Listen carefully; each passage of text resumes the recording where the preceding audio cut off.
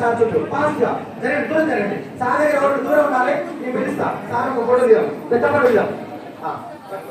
అమ్మమ్మ దిగండి. ఫోటో బాబు అది పని చేయక